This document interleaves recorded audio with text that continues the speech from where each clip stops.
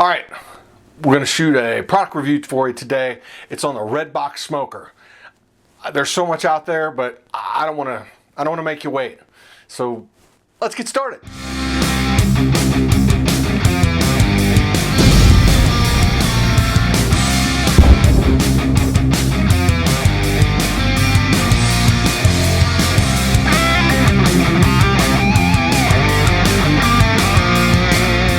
This is the Red Box Smoker, the Sweet Smoker O' Mine.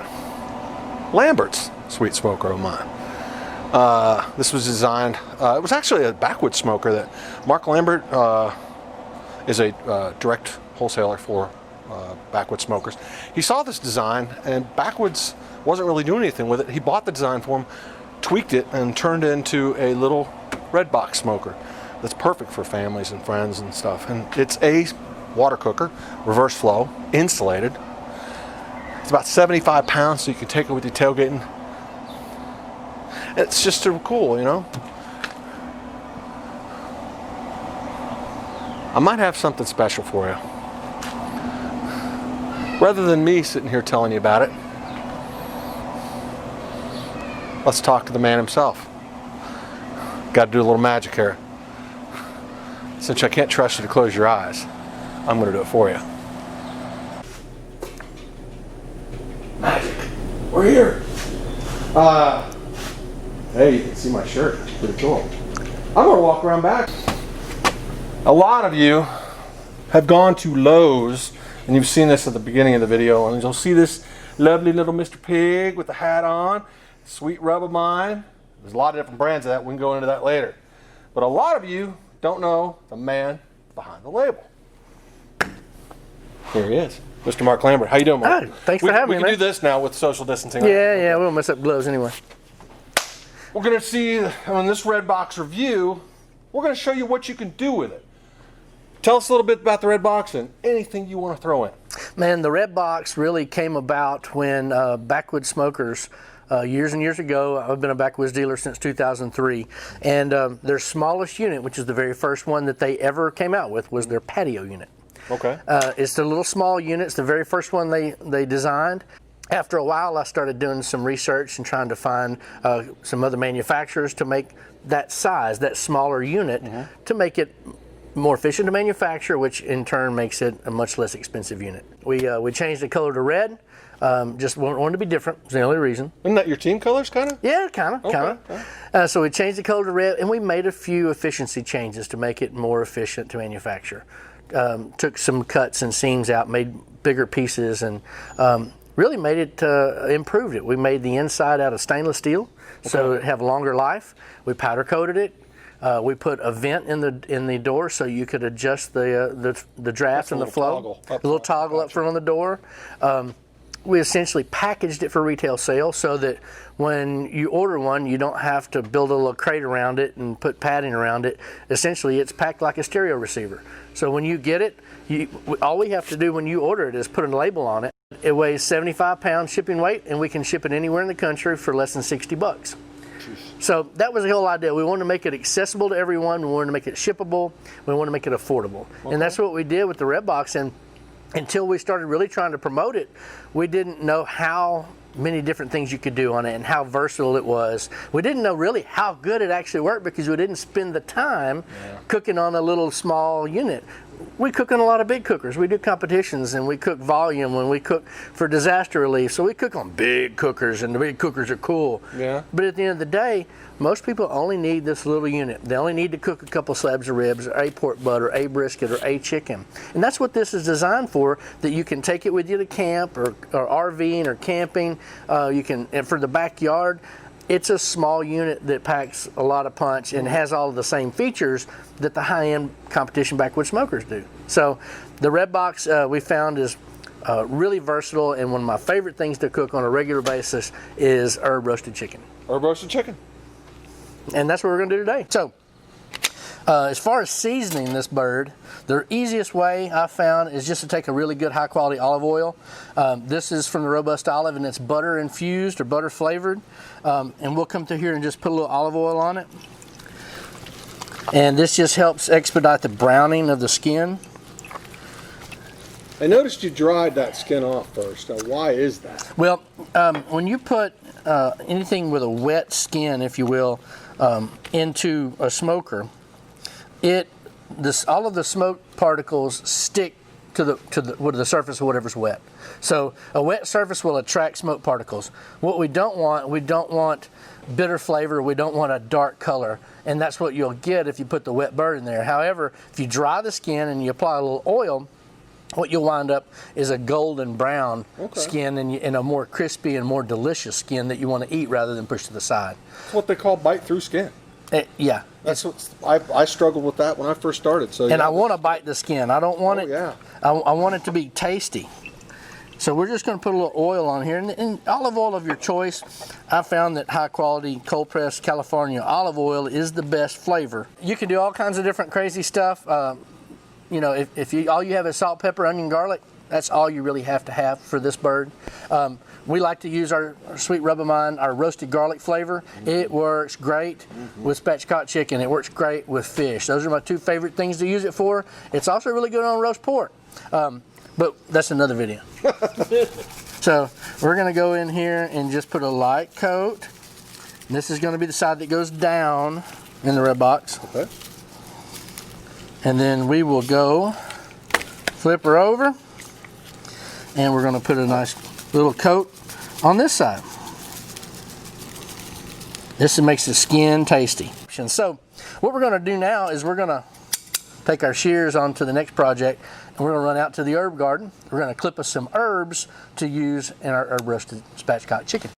All right, so we got the nest, we got everything all ready. So how do you make it for the red box? Essentially, when we first started doing this style of chicken, we didn't have this dry heat diffuser that I told you about. So we like to have a little buffer under the chicken. Okay. And we thought, why not have something to add some flavor? And so the nest came about. Okay. All we did was just pick up some herbs, and we've got a red box rack here, and we'll just go through here and we'll arrange a little bit of rosemary. And this just, once we've got our rosemary in there, we'll take our thyme, and we'll add a little thyme, and we're going to drop our sage in here. We're just going to tear it up just a little bit. And if you like even more aromatics, hey, you can throw some of these in on the fire as well if you've got extras. I got gobs of it. So we can do that. We'll throw a couple of pieces. Let me save a piece or two for the fire. Okay. So there's our chicken in a nest for the red box. And it looks good, but where do you see it when it's done? what do you see when it's done? And this is something you can do, but you can't do what we're going to do on a regular grill. And this does it all for you. This is again, if you paid attention to the video, it is a reverse flow smoker. It is a heat diffuser. It is a water cooker. It is, well, it's kind of a jack of all trades. And it's very affordable. We'll get to that in a minute. It just works out good as a roaster because of the orientation of the food to the fire. Anytime you have food over fire that can drip into the coals, it produces flavor. Bottom line, it produces a more intense flavor than completely indirect cooking. And it's a different flavor. Yeah. So we found that the red box just works well. It's a nice little oven. I've even cooked straight charcoal and made biscuits and cinnamon rolls and all kinds of things on it. Yeah, you made something just the other day, which I will put a link up to. You made a full pack of brisket in this thing. Yeah. I mean, this can do it all. You could cook burgers in it. Wings, steaks, chicken, steaks. Each one of those things require cornbread. a little different technique. But that's okay. But that's okay. You just learn as you go. That's right. And you get to eat what you don't, you know. So what we're going to do is we'll change our orientation here. We're going to get our coals, which are lighting in a chimney. Okay. That's one thing we want to make sure that people understand is it's designed as a water cooker. Sure. It's insulated. When you have something that's insulated, you have to have a controlled burn. If not, you'll wind up with thermonuclear temperatures. That's what your water pan does. That's right. So okay. When you put a water pan in, the water pan absorbs a lot of excess heat, right? So when you put a water pan in, it absorbs that excess heat and it allows you to have more consistent temperatures. However, water cooking isn't the best for everything especially chicken. You want a dry, higher heat for chicken so that your skin browns and is much more tasty. Now, for longer cooks, things like ribs and pork butts, then the water's great because you're developing flavor over a much longer period of time and caramelizing a much slower rate so that the meat gets done when the outside's done. For some things like chicken, it gets done really quickly, so we want the skin to be nice and brown and crispy. So whenever you're cooking in the red box without water, so the idea is to make sure that you reduce the amount of fuel that you use. Coals. Yep, coals. So whenever I cook with water, I light a full Weber-sized chimney of charcoal. Okay, dump that in, add whatever extra unlit charcoal I can, and then add a few chunks in there of smoke. Okay, then I top my water pan off, and that runs for about 5 hours at around that 250-degree mark. Not to do ribs. Now, if I'm taking the water pan out of the equation, I've taken my heat buffer out and my temperature absorber out. I got you. So I have to reduce the amount of fuel that I'm using in a red box without water. So I take it down to about 20 charcoal briquettes, and that's what we've lit. With 20 charcoal briquettes, it'll run about 2 hours, up to around more than enough. Up to around 400 degrees. Now it's going to get hot. It may hit 450, but when we put this in up on the top rack, you've got cold meat that's really close to the thermometer on the top, and it's going to fool it a little, so that temperature is going to come down on the thermometer to around that 350-degree mark. However, as the meat heats up, it's going to start working its way back up. But over time, we know that a spatchcock chicken around 4 pounds takes about 45 to 50 minutes total with 20 briquettes. Does it matter what kind of charcoal you use? Because I have a preference, and I'm pretty sure you do, because they haven't got me on the page yet. Mark's on the page. Tell us what you're going to use. Yeah, we're going to use some B&B charcoal briquettes. They're oak briquettes, mainly because we like the flavor, which is almost nothing. It gives a light wood flavor, which is what we want for the chicken. We don't want a ton of smoke on chicken, but what it does, it gives us really consistent heat. And you can use a big box store brand, and it lights really quick, but it burns up really quick. Yes, it does. So sometimes imparts a flavor that I don't necessarily want. Exactly. We don't want any fillers. B&B charcoal briquettes just have a starch binder that holds them all together. It's essentially all the fine parts that come out of the equation whenever they process lump charcoal. Yeah. And then they bind it all together with a starch binder and mold it into a little pillow. Bottom line, it lights a little slower and burns a little longer. And imparts very mild wood flavor into the food. And you can use lump charcoal. I don't use a lot of lump charcoal because I cook on the red box a lot without water, and the reason for that scenario is that lump charcoal is not as measurable as briquettes. It's a natural product. It's a natural product, and it's all different sizes, and that's the reason it's not as measurable, because it has all different sizes. You never get the same amount on each load. With a briquette, I know exactly how much I'm going to get on each load, and I know how much temperature I'm going to get out of that. Everybody that's watched all my charcoal videos, and there's a lot of you, this is what I'm talking about, is that there are places and times to use lump, there are places and times to use briquettes, and this is one of those cases where you need to know consistent burn at a specific temperature, at a specific amount of coals, and you're never going to get 20 pieces of this. I mean, even B&B makes good ones, so does a lot of people. They always break up. They'll break up, but you're never going to get the same type, whereas these briquettes are just, I know what I'm getting when I get my 20. That's why we use it. It's repeatable. Yeah, repeatable result. Let's get at it. All right. So red box is up to temp. I always like to overshoot it a little bit. Everybody says, well, what temp do you put it in? Well, I put it in around 450. I let it settle down into just under 400. Okay. We got a little bit of smoke rolling. We put a couple of pieces of apple wood on there, and we threw our extra aromatics on there. So you can see down here in the firebox, we've got a little bit of wood burning. We've got about 20 charcoal briquettes from B&B Oak Charcoal. Everything's going here. Our chicken's had plenty of time to dry out and get happy with its skin. We've got wide open here. We're going to put one rack with the chicken on it on the very top rack. As you can see, we're nice and hot. Yeah. And that's your heat diffuser you talk about. That's the heat diffuser. Okay. We've got some leftovers from our last brisket on there that are catching fire. Nothing wrong with that. It'll all go away when we flavor. close the door. That's right. So, chicken going in. Now, before we get it too hot, we want to go ahead and, since we have the ability with the Flame Boss to monitor our temperature, we're going to go ahead and check our breast. Tell you what, let's do it on the back side here. Okay. And so we'll get, how about a good reading? Right in the breast, right there. Okay. Down from the side. We'll just turn this around and we'll slide the chicken right in there. Okay. And we're going to go set our timer. Okay. But generally this takes about 40 to 50 minutes. And that's a meal for a family. Ready to get, yeah. A little chicken like this is a perfect weeknight meal.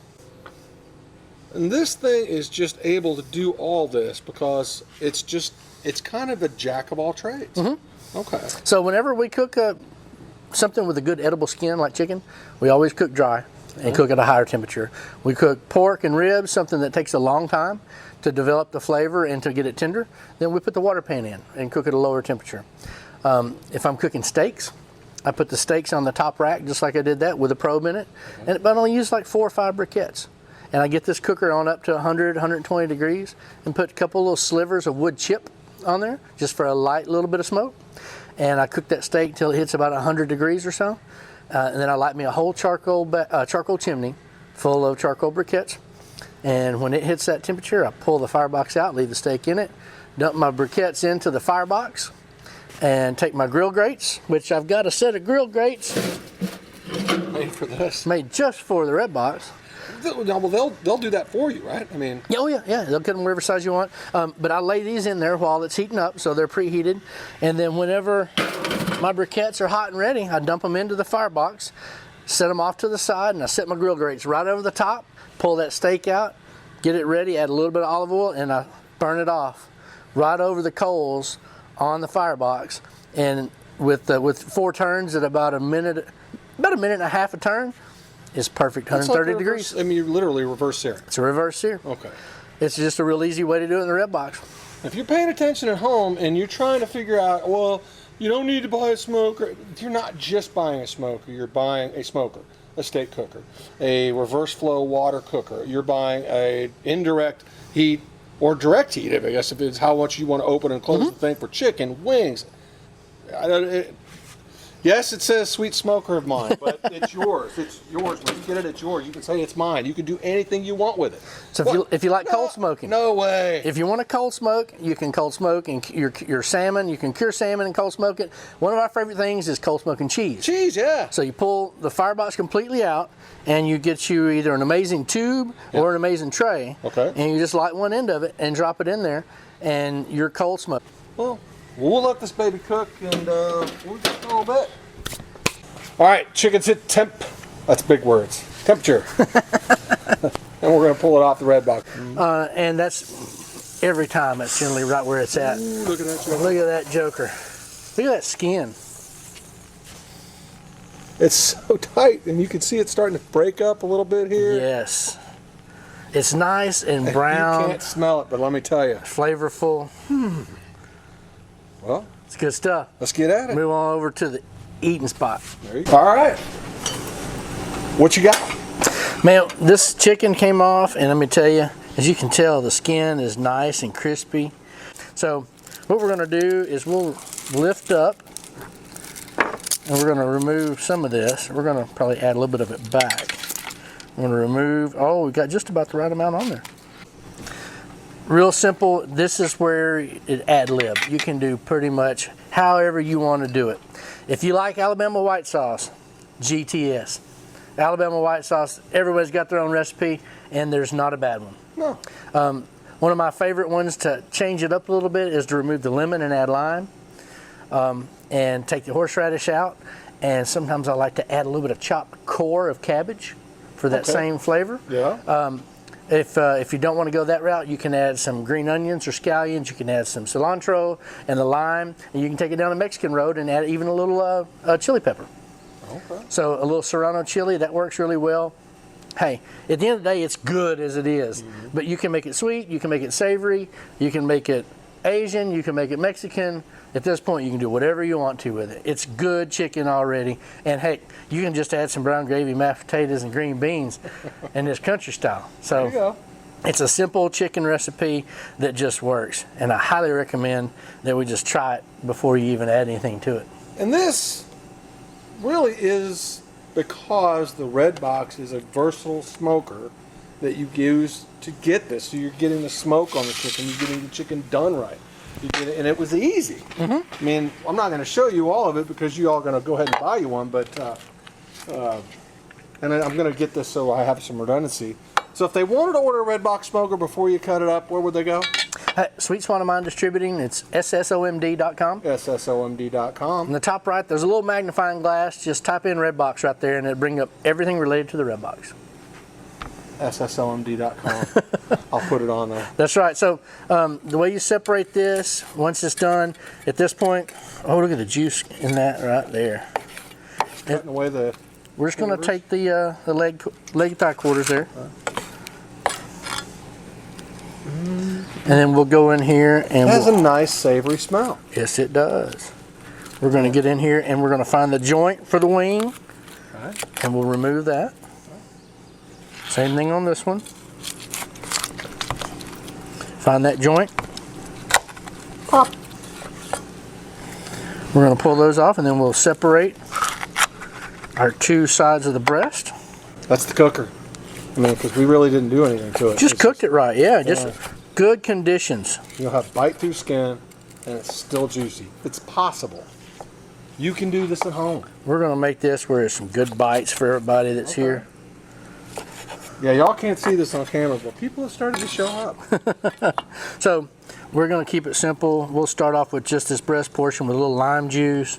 We'll just throw in a little fresh garlic, some green onions, a little cilantro, and then we got a little white sauce from ssomd, from Sociedad Mexicano Parrilleros, which is the Mexican Grilling Society. Nice. And we're going to hit just a little of their white sauce. And then we'll hit it with just a little bit of the same rub. Now, who makes that rub? This is roasted garlic rub from Sweet Rub of Mine. Mark's own recipe. So you can get this from my website. You can go to your local academy, Sports and Outdoors, and buy. Grab you a chunk of that. Yeah, we can do it. Tell me what you think.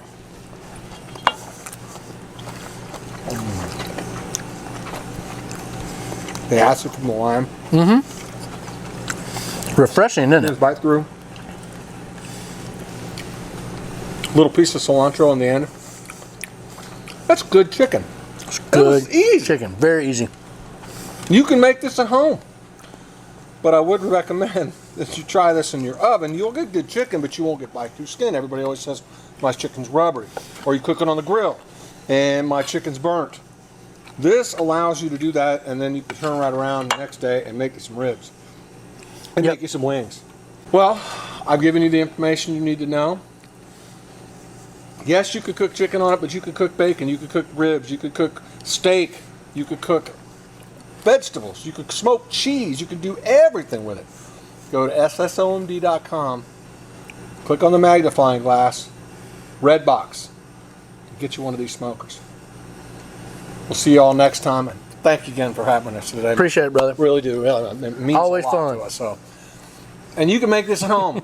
Tell me how yours cooks go, and follow Mark on YouTube. Follow him on Facebook. Is that everything? I hope. We're gonna eat. We'll see y'all later. Peace out. It's a wrap. We had a great time shooting at Mark Lambert's at Sweet Swine of Mine in Byhalia, Mississippi. I have all the links to all the products that I put some of them up in the video. The rest of them are going to be down below here. This turned out to be a great product review. It's really more of a demonstration because, well, how many of you actually get to meet the people who make the products you use? I'm blessed enough to have that, and I wanted to share that with you. If you have any questions about the Red Box, you can hit me up with comments, or you can go directly to the source. Mark's great about getting back with questions for the Red Box, how to use it and how to just use it for anything. A lot more videos coming out. If you like what you are watching, and I know you do, because you're still here, go downstairs, hit the subscribe button, ding the bell. We're putting out new videos all the time.